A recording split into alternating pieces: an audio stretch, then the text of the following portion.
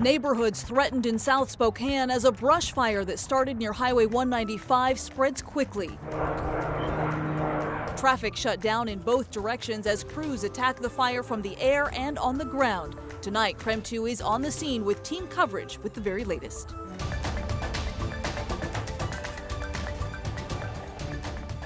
Well, plumes of smoke could be seen from across Spokane tonight as a brush fire burns near Highway 195 in South Spokane at this hour. Fire crews right now attacking this fire, which is about 20 acres, both in the air and on the ground. Good afternoon, everyone. Thank you for joining us here for KREM 2 News First at 4. I'm Whitney Ward. This is breaking news right now. A fast-moving wildfire in South Spokane. It broke out just around noon today, and right now there are level 3 get out now evacuations as well as level 2 evacuations. It's a second alarm brush fire that also has shut down traffic on Highway 95 in both directions. So right now, if you live in the area that is highlighted in red on this map, you're in those level 3 areas, which means you need to be leaving right now. And you can see all of the evacuations are to the west of 195, as far west as Austin Road. The southern border is Excelsior. It stretches north to where Mullen Hill meets 195. And the area to the south that is highlighted in yellow, you can see that there at the bottom. That's where the level 2 evacuations are in place. And that means those people need to be ready to go at a moment's notice. We begin our team coverage as KREM 2's Kyle Simchuk is live on the scene. Kyle, what have you been able to see so far? When last we heard, we haven't heard of any structures or homes that have been lost or damaged to this fire so far, but it has just been incredible to see the amount of resources attached to this fire, especially in the air. We've counted over 10 aircraft, some helicopters. You can see one there right behind me, just now dumping some water. Fire boss planes, they brought in an air tanker that put down some fire retardants, so they're really focused on getting this fire under control, and they have made some progress as compared to a few hours ago when we first got here. We can actually now see the South Hill and the KREM Tower looking north from where we are, but a lot of property owners here just anxious for this fire to get under control. They obviously want their properties to be safe. I'm here with Bruce, and you have a fire truck parked outside your house. That must make you feel pretty good. Yeah, it does. My wife and I have lived here 46 years, and we had a fire 30 years ago, and the resources they're putting on this one are incredibly greater than what there was 30 years ago. There was no helicopters, no fire bosses, no big huge plane dropping retardant, and they got on this one real early. So there's a trailer court that's down below where the fire is, and if it got down into there, it would just go through there like you wouldn't believe, because it's all pine trees and stuff like that. So. And we saw some firefighters actually grab a ladder out of your shed, and you said, hey, they can take whatever they need, you know.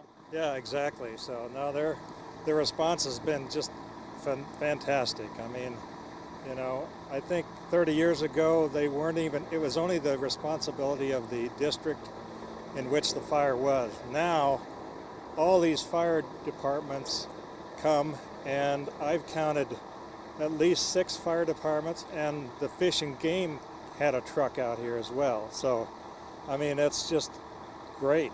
I mean, it's fantastic. And that's what we've heard, Whitney, from so many property owners and neighbors here. They're just so grateful for these fire crews that came out so quickly to attack this fire. We're going to remain on scene. We'll keep you updated with the latest information. Reported live in Spokane County, Kyle Simchuk, KREM 2 News. All right, Kyle, thank you very much. We want to get now to the Washington State Patrol. We have Trooper Ryan Sanger on the phone right now as he joins us to tell us a little bit more about the current status of the fire. So, Trooper, thank you very much for your time here. I know it's busy for you. What can you tell us about the current status of the fire and the evacuations?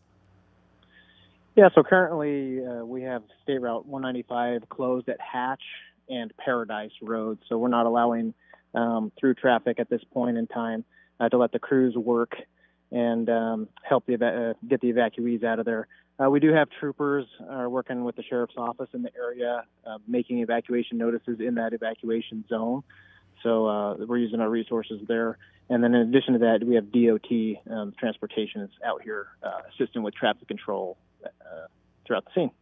Can you tell us how many people are within that level 3 evacuation area? How many homes are we talking about? I've heard of multiple homes, but I don't know specifically how many homes are in that area. So obviously this area, this fire is, outside of Spokane, but it's really not that far away from the city. And there are quite a few homes in that general area. How worried were you? Is that kind of an indication of how many agencies are responding? Is that kind of an indication of how seriously you were taking this fire and where it was located? Yeah, well, we take every incident seriously, no matter what we're doing. So yeah, obviously we want to make that a top priority for us. If we can help get people out or keep people safe, that's our number one goal. So I think that's of the utmost concern, especially to me. I kind of take that on a personal level as well. What do we know about how this fire may have started? Is there any indication since did it start in the median there? I haven't received any information on how it started yet, so I unfortunately don't know. An investigation will be conducted once the crews are out of there to figure that out, and hopefully we can have an answer for y'all about that. How does it feel about getting it under control? Does it feel like you guys are gaining the upper hand right now? I just spoke to one of our DNR resources here, and he believes that they are working to get that under control right now, and that it should that they do have the appropriate amount of resources they need to keep this thing contained. What kind of timeline are we looking for as far as maybe having the highway remain closed through the rest of the evening? Yeah, just a really rough estimate right now is at a minimum probably 2 to 3 hours for both lanes, and because of the preliminary information that I have, it could be through the night. So motorists that are traveling through the area should expect to go a different route, find a different way to get south of the area if you need to. We don't currently have a detour through this area, but you can take Highway 27 to get south of town if you need to. Is it still estimated at around 20 acres, or has it grown larger? From the DNR PIO, I know we got about 20 to 30 acres is the last that I had heard. Okay. Well, Trooper Ryan Singer, thank you very much. We do appreciate your time. We know that you are certainly busy keeping track of the fire. So again, thank you very much for helping us understand the situation there tonight. You're welcome. Thanks for having me. And we do know this brush fire is already causing power outages as well. So take a look. You can see there are some outages just to the west of 195. That stretch is north of White Road South all the way to Excelsior.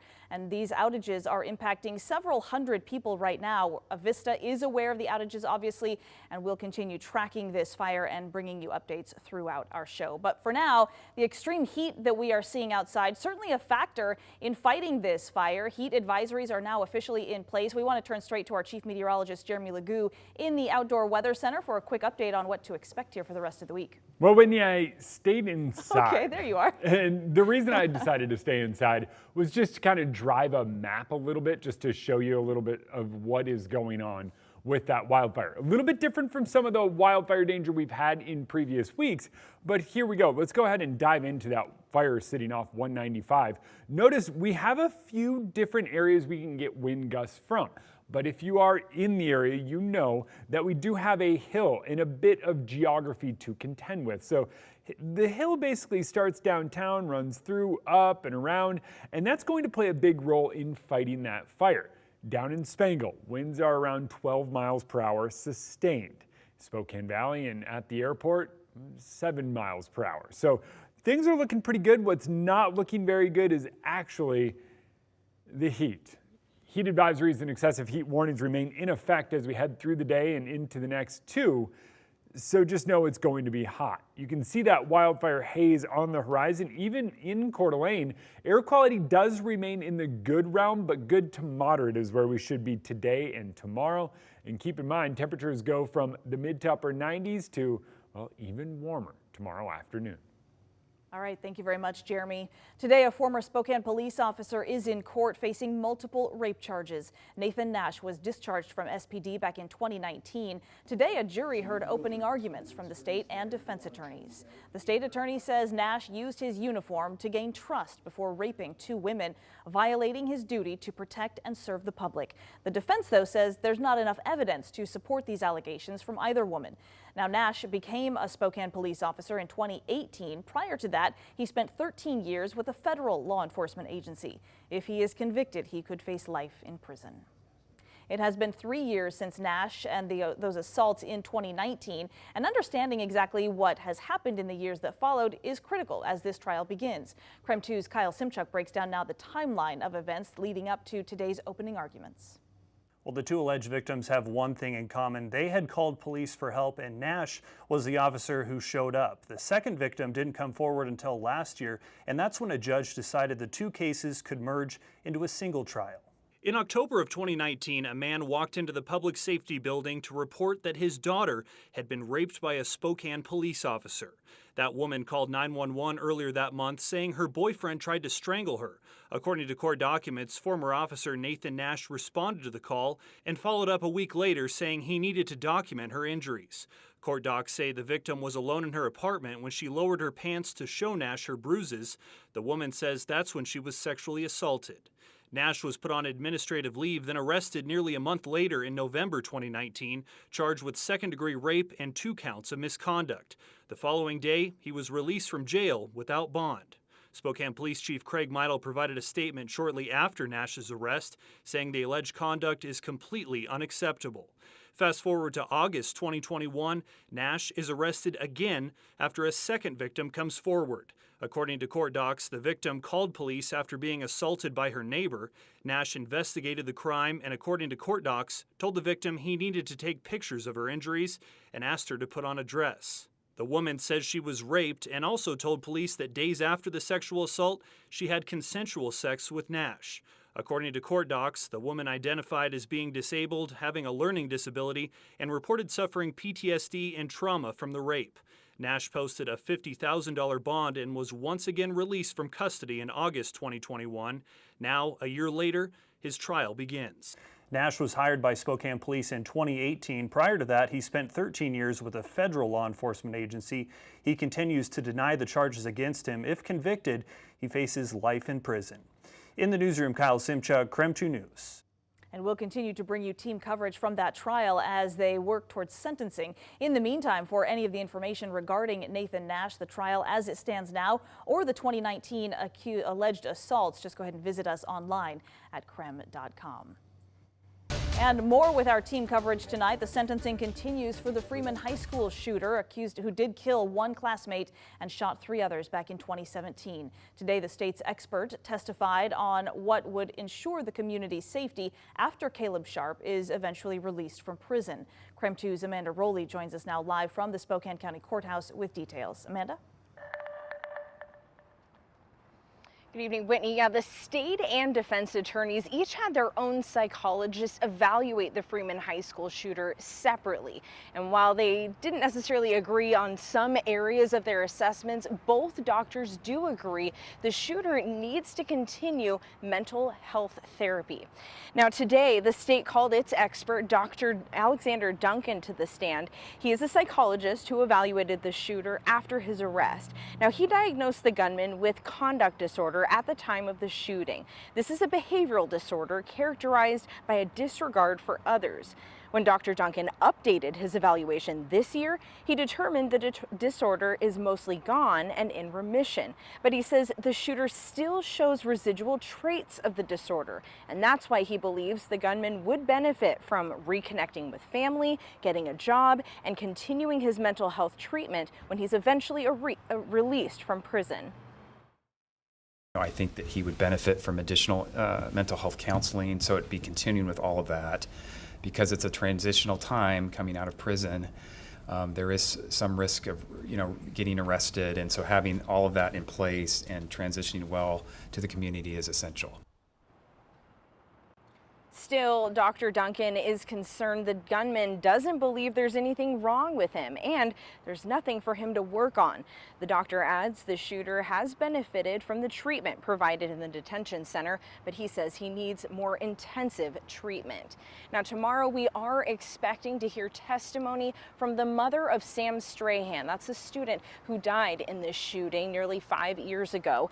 3 other girls were also injured in this shooting. We've already heard statements from Jordan Goldsmith. So tomorrow we're also expecting to hear the statements from the family of the remaining 2 girls. Reporting from the Spokane County Courthouse, Amanda Rowley, KREM 2 News.